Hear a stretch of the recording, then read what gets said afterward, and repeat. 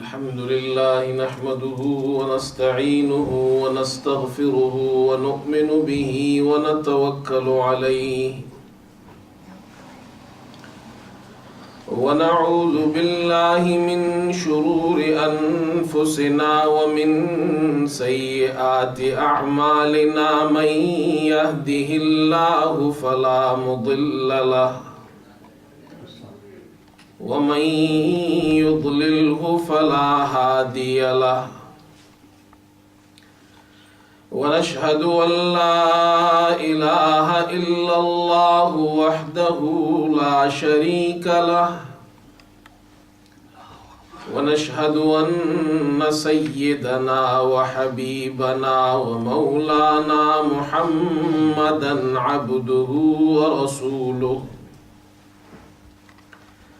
صلى الله تعالى على خير خلقه محمد وآله وأصحابه أجمعين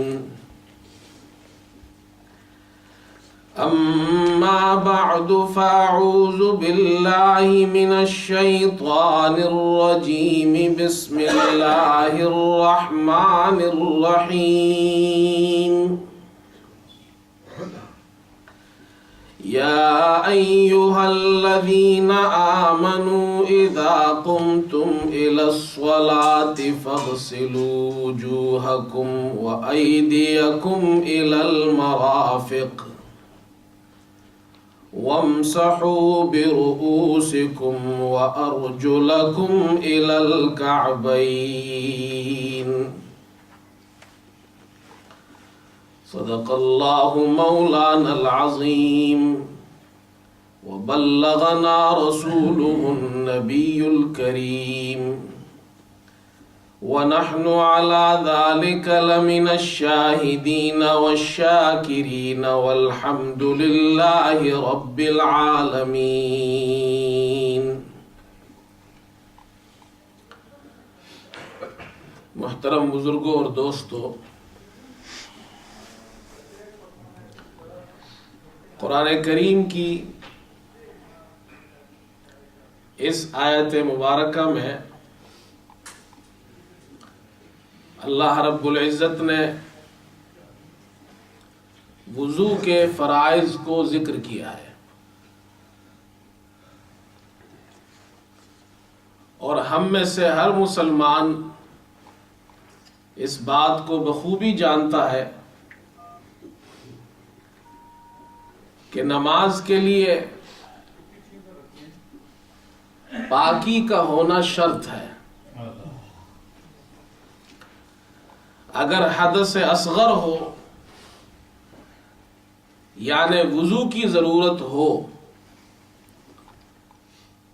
تو وضو کیے بغیر نماز نہیں ہوتی ہے، اور حدث اکبر ہو یعنی غسل کی حاجت ہو، غسل فرض ہو جائے تو غسل کیے بغیر کوئی پاک نہیں ہوتا.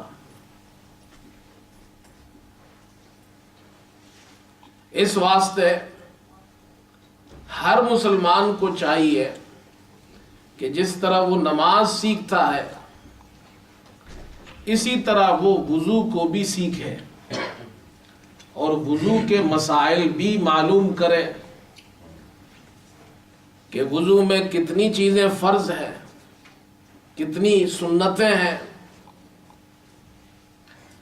اور فرض کسے کہتے ہیں، سنت کا کیا حکم ہے، تاکہ اسے یہ بات معلوم ہو جائے کہ اگر کوئی شخص کسی فرض کو چھوڑ دیتا ہے تو وہ عمل درست نہیں ہوتا. اگر وضو میں کوئی ایک فرض چھوڑ دے تو وضو نہیں ہوگا، اور جب وضو نہیں ہوگا تو نماز نہیں ہوگی. غسل کے فرائض معلوم ہو، اگر غسل میں فرض چھوڑ دیا تو غسل نہیں ہوگا، اور جب غسل نہیں ہوا تو وہ پاک نہیں ہوا تو اس کی نماز نہیں ہوگی. اس واسطے آج آپ کے سامنے وضو کے فرائض کا بیان کیا جائے گا. حضرت صلی اللہ علیہ وسلم نے ایک حدیث میں ارشاد فرمایا لا تقبل صلاة بغیر طہور، کہ نماز بغیر پاکی کے قبول نہیں ہوتی ہے، یعنی بغیر وضو کے نماز نہیں ہوتی ہے۔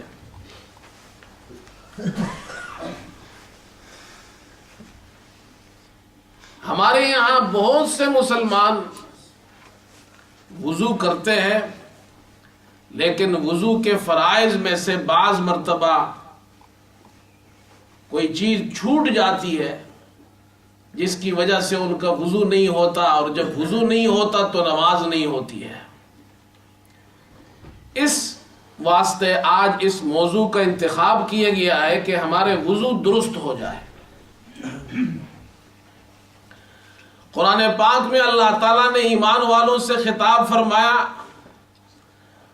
یا ایھا الذین آمنوا اذا قمتم الی الصلاۃ فاغسلوا وجوہکم، اے ایمان والو جب تم نماز کے لیے کھڑے ہو تو فاغسلوا وجوہکم، اپنے چہروں کو دھو، وایدیکم الی المرافق، اپنے دونوں ہاتھ دھو کوہنیوں تک، وامسحوا برؤوسکم، اپنے سروں کا مسح کرو، وارجلکم الی الکعبین، اور اپنے دونوں پاؤں ٹخنوں تک دھو۔ یہ 4 فرائض ہے وضو میں، جن میں سے 3 کا تعلق دھونے کے ساتھ ہے، جسے عربی زبان میں غسل کہتے ہیں، دھونا، اور 1 کا تعلق ہے مسح کے ساتھ۔ مسح کہتے ہیں گیلا ہاتھ آپ نے سر پر پھیر دیا، اسے مسح کہتے ہیں، اسے دھونے کی ضرورت نہیں ہے۔ غسل میں اور مسح میں کیا فرق ہے؟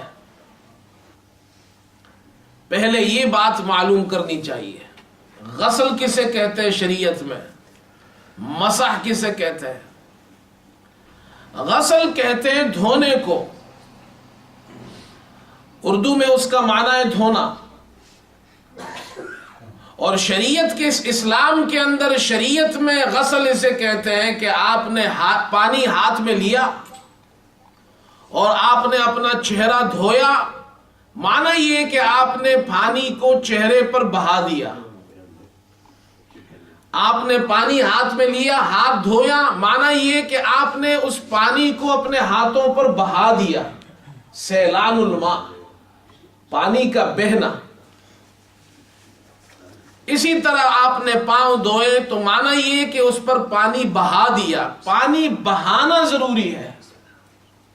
مثال کے طور پر اگر کسی شخص نے پانی سے ہاتھ گیلے کیے اور اس گیلے ہاتھ کو، پانی اس میں نہیں ہے، صرف گیلا ہاتھ ہے، اور اس گیلے ہاتھوں کو چہرے پر پھیر دیا، تو یہ دھونا نہیں ہوگا، اسے ہم کہیں گے مسح۔ یہ اس نے غسل نہیں کیا، دھویا نہیں ہے۔ جب اس نے چہرے کو دھویا نہیں تو اللہ تعالیٰ تو فرما رہے چہروں کو دھو، ہاتھوں کو دھو، پاؤں دھو۔ جب اس نے دھوئے نہیں ہے، صرف اسے گیلا کیا ہے، تو وضو نہیں ہوا۔ اب کتنی اہم بات ہے۔ ایک آدمی وضو کر رہا ہے، نماز کے لیے جا رہا ہے، اپنا وقت فارغ کر رہا ہے، لیکن اسے مسئلہ نہیں معلوم، وضو غلط کیا اس نے، وضو غلط ہوا تو نماز نہیں ہوئی۔ اس واسطے یہ بات یاد رکھے، غسل کہتے ہیں دھونے کو، اور دھونے کا معنی شریعت میں اور اسلام میں یہ ہے کہ آپ چہرے پر پانی بہائیں کہ اس سے قطرات ٹپکنے لگ جائے۔ جب آپ پانی اٹھا کر چہرے کو دھوتے ہیں اور پانی اس چہرے پہ ڈالتے ہیں اور چہرے پہ پانی بہاتے ہیں تو اس سے قطرات ٹپکتے ہیں، اس کو کہتے ہیں غسل، اس کو کہتے ہیں دھونا۔ اگر اس سے پانی آپ نے بہایا نہیں ہے اور پانی کے قطرات اس سے ٹپکے نہیں ہیں، صرف گیلا کیا ہے آپ نے، تو آپ کا وضو نہیں ہوا۔ یہ بات اچھی طرح ذہن نشین کرنی چاہیے۔ اسی طرح استنجا میں بھی جب ایک آدمی پانی سے استنجا کرے تو وہاں بھی پانی بہانا ہے، گیلا نہیں کرنا صرف۔ ایک مرتبہ ایک نوجوان نے مسئلہ پوچھا، وہ یہاں یونیورسٹی میں پڑھتا تھا۔ اس نے کہا کہ جی جب ہم کالج میں ہوتے ہیں اور ہمیں قضاء حاجت کے لیے جانا ہوتا ہے، بیت الخلا جاتے ہیں، وہاں پانی نہیں ہوتا اور ہم وہاں پر پانی سے استنجا نہیں کر سکتے ہیں، ٹیشو ہوتا ہے، تو اگر ہم ٹیشو کو گیلا کر کے اس سے استنجا کریں، اور کہا کہ ہم اس طرح کرتے ہیں۔ میں حیران ہوا کہ ایک آدمی اس پڑھے لکھے شہر میں یونیورسٹی میں پڑھ رہا ہے، اتنی تعلیم اس کے پاس ہے، لیکن اس بیچارے کو یہ نہیں معلوم کہ اسلام میں شریعت میں دھونا کسے کہتے ہیں۔ میں نے کہا جی اتنی ناپاکی تو پہلے نہیں تھی جتنی گیلے ٹیشو سے آپ نے اور ناپاکی کر دی ہے، اس لیے کہ آپ نے دھویا تو نہیں ہے اپنے اعضاء کو، آپ تو اس پر وہ گیلا ٹیشو پھیر رہے جس کی وجہ سے نجاست اور پھیل رہی ہے۔ دھونے کا معنی یہ کہ آپ پانی بہائیں اور پانی کے قطرات ٹپکنے لگ جائے۔ تو اس مسئلے کو اچھی طرح ذہن نشین کر لے کہ 3 اعضاء وضو میں دھوئے جاتے ہیں، چہرہ دھویا جاتا ہے، دونوں ہاتھ دھوئے جاتے ہیں، دونوں پاؤں دھوئے جاتے ہیں۔ دھونے کا معنی یہ ہے کہ اس پر پانی بہایا جاتا ہے، اور بہانے کا مطلب یہ ہے کہ پانی بہانے کے بعد قطرات اس سے ٹپکتے ہیں، اس کو تو آپ کہیں گے دھونا۔ اور اگر آپ نے صرف ہاتھوں کو گیلا کیا اور سر چہرے پہ پھیر دیا، پھر ہاتھ گیلے کیے اور ہاتھوں پر پھیر لیے، اور پھر ہاتھ گیلے کیے اور پاؤں پر پھیر لیے، تو یہ دھونا نہیں ہوگا، یہ غسل نہیں ہوگا، اس کو کہتے ہیں مسح، اس سے آپ کا وضو نہیں ہوگا۔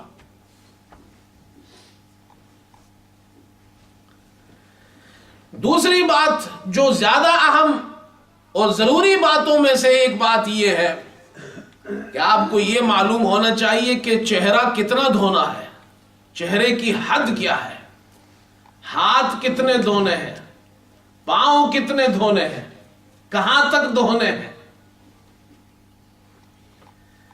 چہرے کی حد جہاں سے بال اگتے ہیں، منبت الشعر، یہاں سے لے کر الی اسفل الذقن، یہ جو تھوڑی ہے اس کے نیچے تک، اور ایک کان کی لو سے دوسری کان کی لو تک، یہ چہرے کو آپ کو دھونا ہے۔ اب ایک بات درمیان میں بتا دوں کہ فقہاء اور مجتہدین ان کا احسان مانیے اور شکریہ ادا کیجئے ان کا، اور ہم ان کا کیا شکریہ ادا کریں، اللہ سے دعا کریں کہ اللہ ان کو جزائے خیر عطا فرمائے، سب کہو اللہ انہیں جزائے خیر عطا فرمائے۔ اس لیے کہ حدیث میں اس کا ذکر نہیں ہے کہ چہرے کا حد کہاں سے کہاں تک ہے، نہ لمبائی میں ہمیں معلوم ہے نہ چوڑائی میں، حدیث میں اس کا ذکر نہیں۔ اس لیے معلوم ہوا کہ ہر بات قرآن میں بھی نہیں، ہر بات حدیث میں بھی نہیں، اور اجتہاد کی ضرورت ہے۔ ہر بات قرآن میں بھی نہیں اور ہر بات حدیث میں بھی نہیں، اسی لیے اجتہاد کی ضرورت ہے، فقہ کی ضرورت ہے۔ جو لوگ کہتے ہیں جی فقہ کو نکال دو، ہمیں فقہ کی ضرورت نہیں، تو ان کا وضو کیسے ہوگا؟ ایک آدمی نے پورا چہرہ دھویا، لیکن یہ جو میں نے حد بتائی ہے اس میں سے ایک بال کے برابر کوئی جگہ سوکھی رہ گئی، اس کا وضو ہوگا؟ نہیں۔ قرآن کریم میں تو اللہ تعالیٰ صرف یہ فرما رہے چہرہ دھو، کتنا دھونا ہے یہ تو نہیں بتایا۔ حضور پاک علیہ السلام نے بھی فرمایا چہرہ دھو، لیکن یہ نہیں بتایا چہرے کی حد کہاں سے شروع ہوتی ہے، کہاں ختم ہوتی ہے۔ اب سوال یہ ہوا کہ جب اللہ نے نہیں بتایا، اللہ کے پیغمبر نے نہیں بتایا، تو پھر کون بتائے گا؟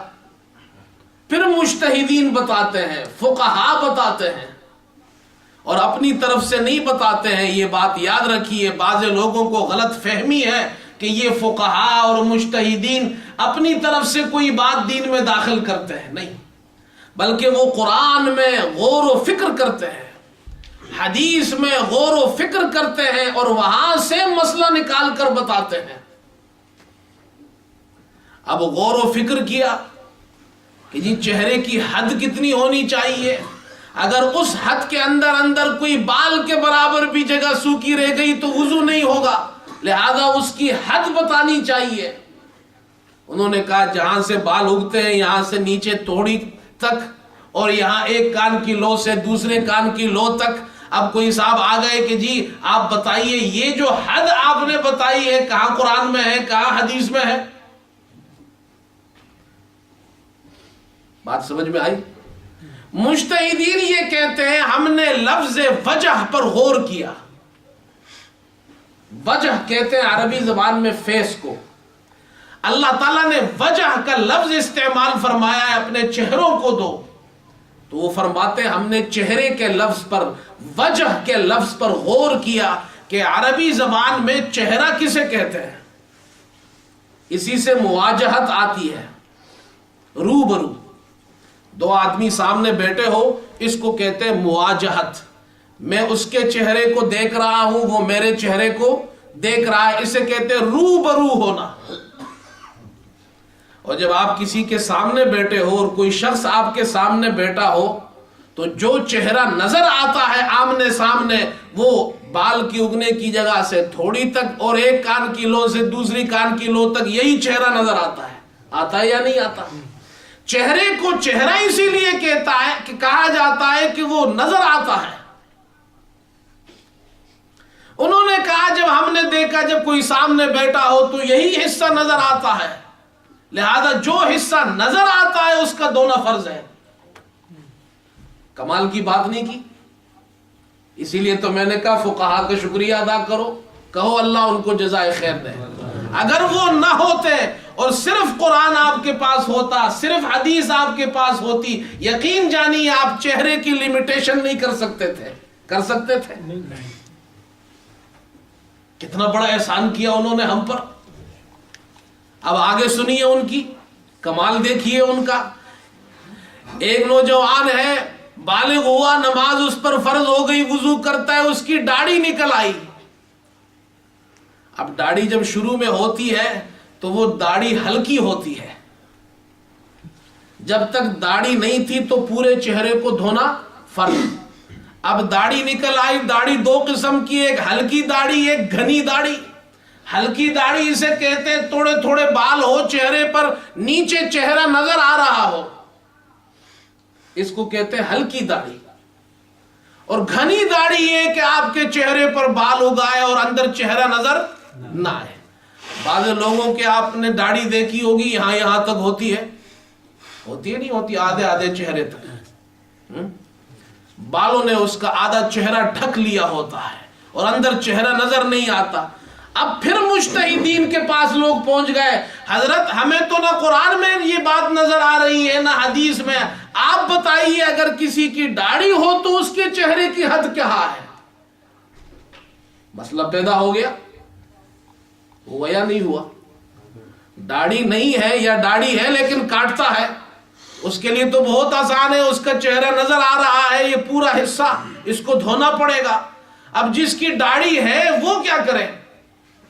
تو مجتہدین کہتے ہیں جی ہم نے بڑا غور و فکر کیا ہے، ہم نے اجتہاد کیا ہے، اور چہرہ اسے کہتے ہیں جو نظر آئے، لہذا وہ داڑھی جس کے نیچے چہرہ نظر آ رہا ہو، ہلکی داڑھی ہو تو نیچے پانی پہنچانا فرض ہے، اور جو گھنی داڑھی ہو جس کے نیچے چہرہ نظر نہ آئے اس میں پانی پہنچانا فرض نہیں ہے۔ کمال ہے یا نہیں؟ اب یہ فقہ کی باتیں آپ کو قرآن حدیث میں نہیں ملے گی، کمال ہے ان کا۔ مسئلہ معلوم ہو گیا؟ اس کو کہتے ہیں چہرے کا دھونا، یہ فرض ہے۔ لہذا جب آپ چہرہ دھوئے تو اچھی طرح دھوئے، یاد رکھیے اگر کوئی حصہ اس میں گیلا نہ ہوا، خشک رہ گیا تو آپ کا وضو نہیں ہوگا۔ آگے چلیے، دونوں ہاتھوں کا دھونا فرض ہے۔ آپ چلو میں پانی لیں گے اور چہرے پہ بہائیں گے، چہرہ دھو لیا آپ نے۔ پھر آپ چلو پہ پانی لیں گے، ہاتھوں پہ بہائیں گے اور ہاتھوں کو دھوئیں گے۔ وَأَيْدِيَكُمْ إِلَى الْمَرَافِقِ، ہاتھوں کو دھو کھونیوں تک۔ اب یہاں تک تو قرآن نے بات کی ہے، ہاتھ کو دو کھونیوں تک۔ اب لوگ پھر مجتہدین کے پاس پہنچ گئے، فقہاء کے پاس پہنچ گئے کہ جی اللہ تعالیٰ فرما رہے ہیں ہاتھوں کو کہنیوں تک دھو۔ اب سوال یہ پیدا ہوتا ہے، ہمیں یہ بتائیے آپ، ہاتھ تو یہاں انگلی کے سرے سے لے کر کندھے تک اس پورے عضو کو ہاتھ کہا جاتا ہے۔ اللہ تعالیٰ فرماتے ہیں تم اپنے ہاتھوں کو کہنیوں تک دھو۔ آپ یہ بتائیے کہنیاں اس ہاتھ کے دھونے میں داخل ہے یا نہیں ہے؟ پھر مسئلہ پیدا ہو گیا اجتہاد کا کہ اس میں داخل ہے یا نہیں ہے۔ مجتہدین پھر بیٹھ گئے سر جوڑ کر، انہوں نے کہا جی ہاتھوں کے دھونے میں یہ کہنیاں بھی شامل ہے۔ اگر کسی نے اپنے دونوں ہاتھ دھوئے لیکن کہنیاں اس نے نہیں دھوئی تو اس کا وضو نہیں ہوگا۔ بھئی کہنیوں تک اللہ نے کہا ہے، یہ تو نہیں فرمایا کہنیوں سمیت۔ وہ فرماتے ہیں کہ بھائی یہ عربی زبان ہے اور عربی زبان میں الہ یہ غایت کے لیے آتا ہے، کسی چیز کی انتہا بتانے کے لیے آتا ہے۔ ایک چیز شروع ہوئی اور کہاں ختم ہوئی، اس کی انتہا، اس کی غایت وہ بتانے کے لیے الہ کا لفظ آتا ہے۔ وَأَيْدِيَكُمْ إِلَى الْمَرَافِقِ، یہ الہ اس کی حد بندی کرتا ہے۔ اور وہ فرماتے ہیں کہ عربی زبان میں یہ جو الہ کا لفظ ہے، اگر یہ ایک ہی جنس کے اندر استعمال ہوا ہو تو غایہ مغیہ میں داخل ہوتا ہے، یعنی اس سے پہلے جو چیز ہے وہ بعد والی چیز میں داخل ہو جاتی ہے۔ یہ نہیں ہے کہ آپ ہاتھوں کو کہنیوں تک دھوئیں گے، کہنیاں نہیں دھوئیں گے۔ مثال کے طور پر ایک آدمی کہتا ہے حفظت القرآن من اولہ الی آخرہ، میں نے قرآن کو حفظ کیا اول سے آخر تک۔ اب اس میں آخر قرآن کا حصہ شامل ہے یا نہیں؟ اسی طرح اللہ تعالیٰ فرماتے ہیں ہاتھوں کو کہنیوں تک دو، معنی یہ کہنیاں اس میں شامل ہے۔ اگر آپ نے کہنیاں نہیں دھوئی تو آپ کا وضو نہیں ہوگا، یہ بھی فقہاء نے ہمیں بتایا ہے۔ اللہ تعالیٰ نے یہ جو مرفق کا لفظ ذکر کیا ہے، اس کی وجہ بھی انہوں نے ہمیں یہ بتائی۔ اللہ تعالیٰ اگر یوں فرماتے اپنے ہاتھوں کو دھو تو پھر تو یہاں انگلی کے سرے سے لے کر کندھے تک پورا ہاتھ دھونا پڑتا، اور اس میں بڑی تکلیف ہے۔ ہمارے یہاں تو لوگ وضو کرتے آدھا ہاتھ نہیں دھوتے تو پورا کہاں سے دھوتے ہیں؟ میں نے خود کئی نوجوانوں کو یہاں مسجد کے وضو خانے میں وضو کرتے دیکھا ہے، اور وہ یوں ہاتھ پانی میں لیتے ہیں، ان بیچاروں کو ہاتھ دھونا تک نہیں آتا، یوں پانی یہاں بہا رہے ہوتے ہیں، آدھا ہاتھ یہاں تک دھویا اور یہ سارا آدھا خالی رہ گیا، اور بعض مرتبہ تو وہ بیچارے کہنیاں سوکھی رہ جاتی ہے۔ اب آپ حضرات اتنی دور سے آتے ہیں، گاڑی پارک کرتے ہیں، وضو کرتے ہیں، ٹائم نکالتے ہیں، مسجد میں آتے ہیں، کاروبار چھوڑ کر آتے ہیں، اور وضو ٹھیک نہیں کرتے ہیں تو نماز قبول ہوگی؟ نماز ہوگی نہیں۔ اس لیے جب ہاتھ دھوئے تو چلوں میں پانی لیں اور اچھی طرح بہائے، صرف گیلا نہیں کرنا، مسا نہیں کرنا، پانی بہانا ہے کہ قطرے ٹپکنے لگ جائے، اور اچھی طرح کوہنیاں بھی دھوئے۔ اللہ تعالیٰ نے کھونیوں کا لفظ اس لیے استعمال فرمایا ہے، اس لیے نہیں استعمال فرمایا کہ کونیاں دھونے میں شامل نہیں، بلکہ کونیوں کا لفظ اس لیے استعمال فرمایا کہ یہاں تک دھونا ہے، اور ہاتھ تو کندھے تک ہوتا ہے، یہ اوپر والا حصہ نہیں دھونا۔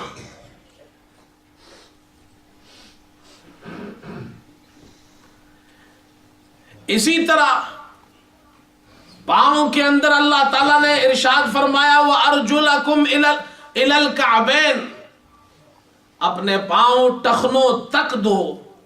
تو یہاں بھی ٹخنے پاؤں کے اندر شامل ہے، یہ نہیں کہ ٹخنے نہیں دھونے ہیں۔ اگر کسی نے پاؤں دھویا اور ٹخنے اس میں گیلے نہ ہوئے اور وہ ٹخنوں کو نہ دھویا، ٹخنے اس میں خشک رہ گئے، تو اس کا وضو نہیں ہوگا۔ اب ٹخنوں کا لفظ کیوں استعمال کیا؟ ٹخنوں کا لفظ اللہ تعالیٰ نے اس لیے استعمال فرمایا ہے، اگر اللہ تعالیٰ فرماتے پاؤں دھو تو یہ پورا پاؤں دھونا پڑتا۔ اتنا بڑا پاؤں کوئی وضو میں ہر مرتبہ دھو سکتا ہے؟ اور مسجد میں تو بڑا گہرام مچا ہوتا، لوگ جناب شلوارے اوپر کیے ہوئے پورا پاؤں دھو رہے ہیں، تو بڑا مشکل کام تھا۔ ہمارے یہاں تو اتنا سا جناب کیا ہے، یہ پاؤں ہے، یہ نہیں دھوتے ہیں، تو یہ پورا پاؤں کیسے دھوتے ہیں؟ چھوٹے چھوٹے 2 پیر ہیں وہ آپ نہیں دھوتے پورے۔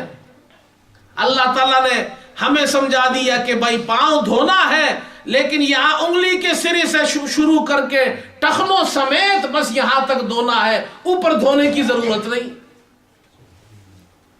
اب کمال سمجھ میں آیا آپ کو فقہا کا؟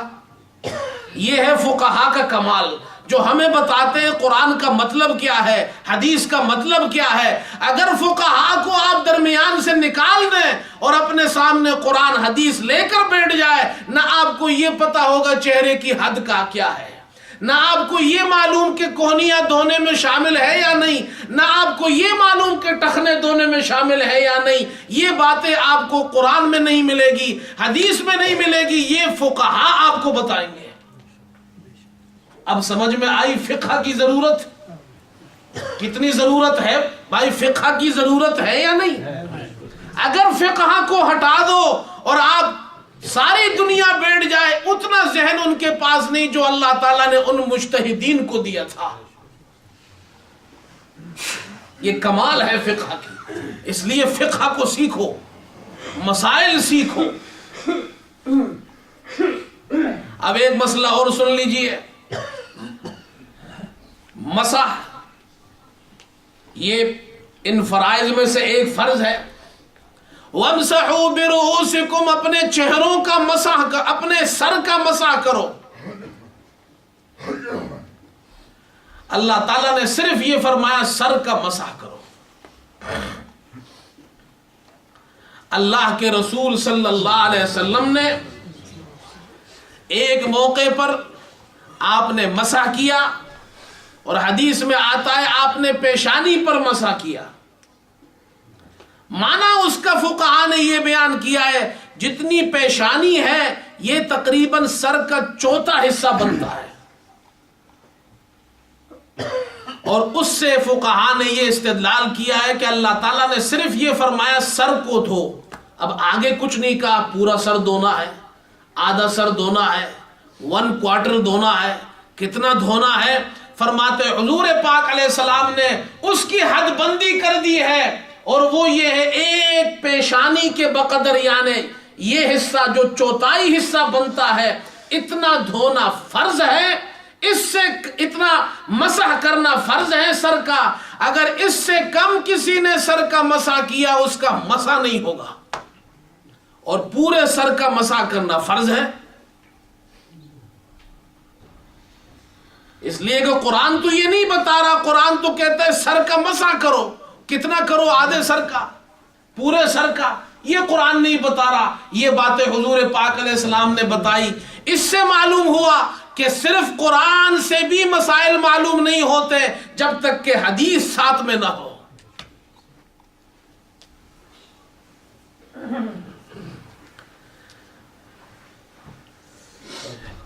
یہ مسائل آپ کو معلوم ہو گئے؟ میں کوشش کر رہا ہوں کہ بہت سادہ الفاظ میں اور آسان انداز میں آپ کے سامنے یہ مسائل بیان کروں تاکہ آپ کو سمجھ میں آ جائے.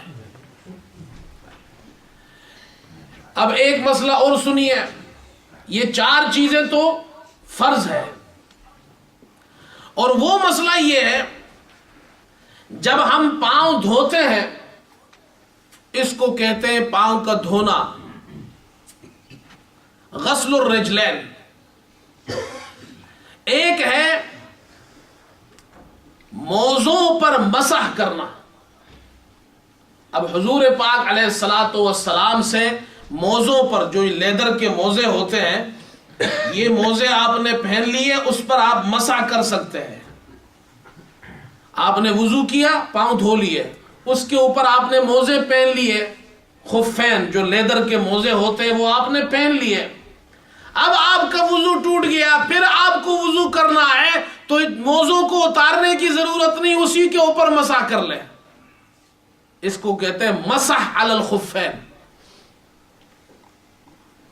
حضور پاک علیہ السلام سے یہ ثابت ہے.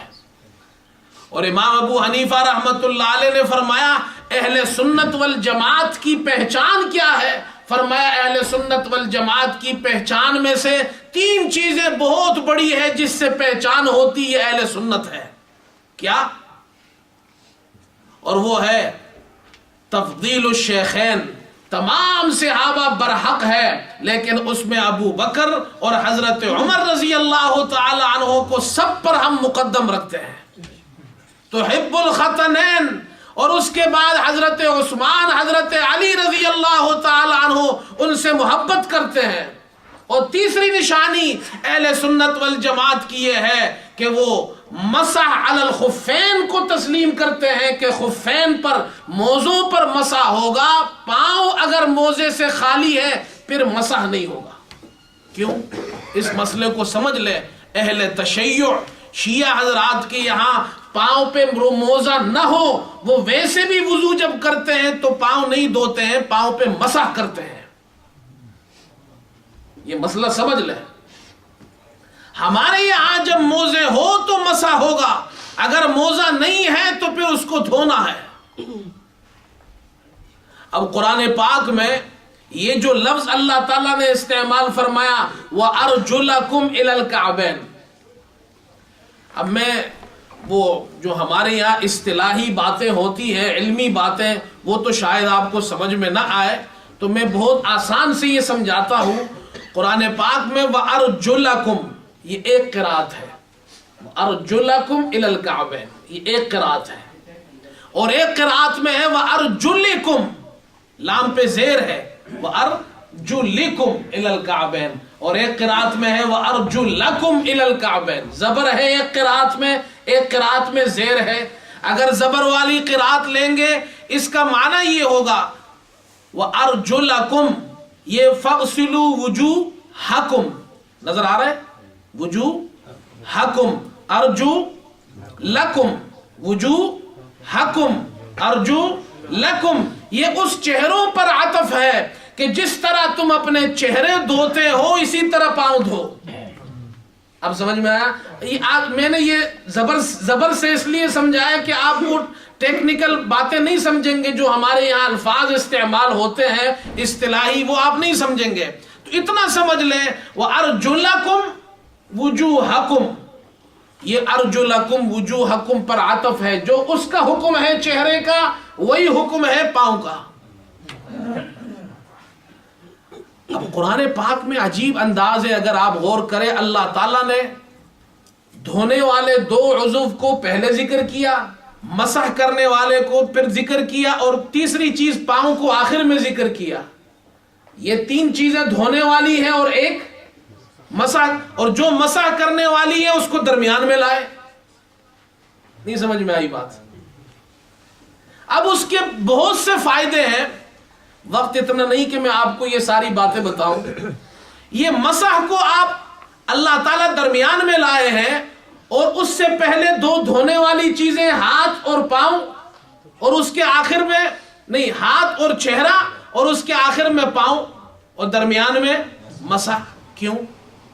اس کی ایک وجہ یہ ہے کہ اللہ تعالیٰ نے اس ترتیب بتائی ہے کہ اس ترتیب سے تم دھو. ایک وجہ یہ ہے پہلے ہم چہرہ دھوتے ہیں، اس کے بعد ہاتھ، اس کے بعد مسا اور اس کے بعد پاؤں. تو معلوم ہوا یہ ترتیب سنت ہے. ایک فائدہ تو اس کا یہ.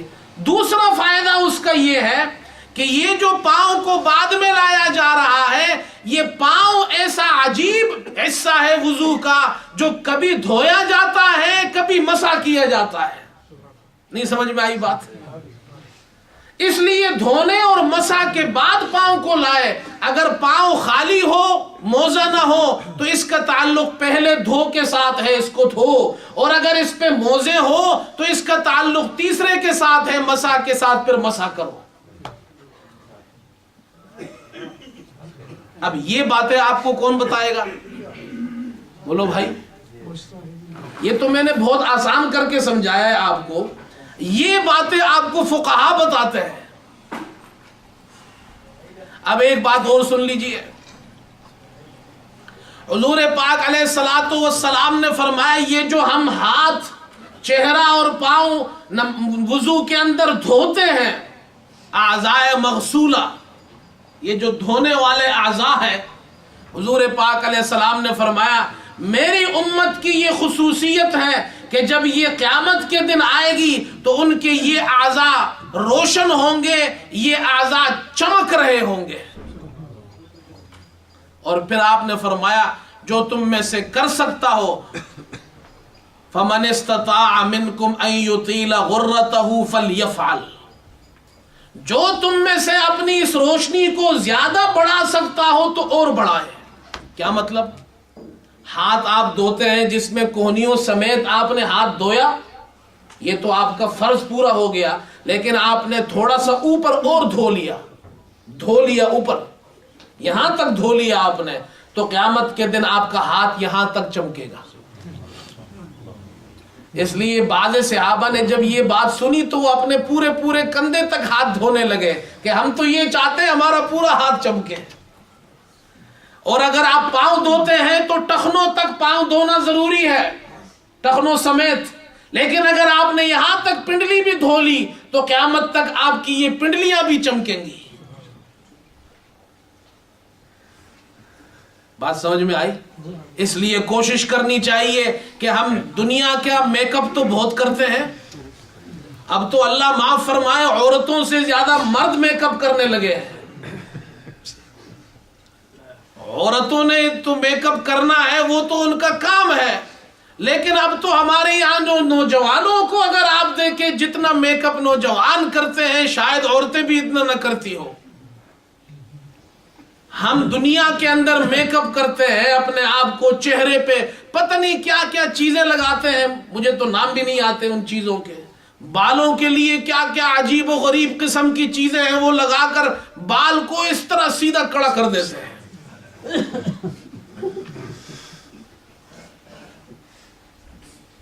اور جناب چہروں پہ چیزیں لگا رہے، کانوں میں کچھ چیزیں ہیں، زبان پہ کچھ چیزیں ہیں، ہونٹوں پہ چیزیں لگائی ہوئی ہے. اتنا میک اپ دنیا کے لیے. حضور پاک علیہ الصلوۃ والسلام نے ہمیں قیامت کا میک اپ بتایا ہے. اس امت کی خصوصیت یہ ہے کہ جب یہ قیامت کے دن آئے گی تو ان کے چہرے روشن ہوں گے، ان کے ہاتھ چمک رہے ہوں گے، ان کے پاؤں چمک رہے ہوں گے. اور میں ایک حدیث سناتا ہوں. حضور پاک علیہ الصلوۃ والسلام، مسلم شریف کی روایت ہے، آپ ایک مقبرے پر آئے، قبرستان، اور آپ نے یہ ارشاد فرمایا السلام علیکم دار قوم مؤمنین وَإِنَّا إِنشَاءَ اللَّهُ بِكُمْ لَاحِقُونَ. اے مسلمانوں تم پر سلامتی ہو، اگر اللہ نے چاہا انشاءاللہ ایک دن ہم بھی تم سے ملنے والے ہیں، رہنے والے ہم بھی نہیں. یہ دعا ہم لوگ پڑھتے ہیں لیکن دعا سمجھ کر پڑھو. رہنے والے ہم بھی نہیں، ہم بھی آنے والے ہیں. پھر آپ نے فرمایا کہ میرا دل چاہتا ہے وَدِدْتُ أَنَّا قَدْ رَأَيْنَا إِخْوَانَنَا، کہ ہم اپنے بھائیوں کو دیکھ لیں.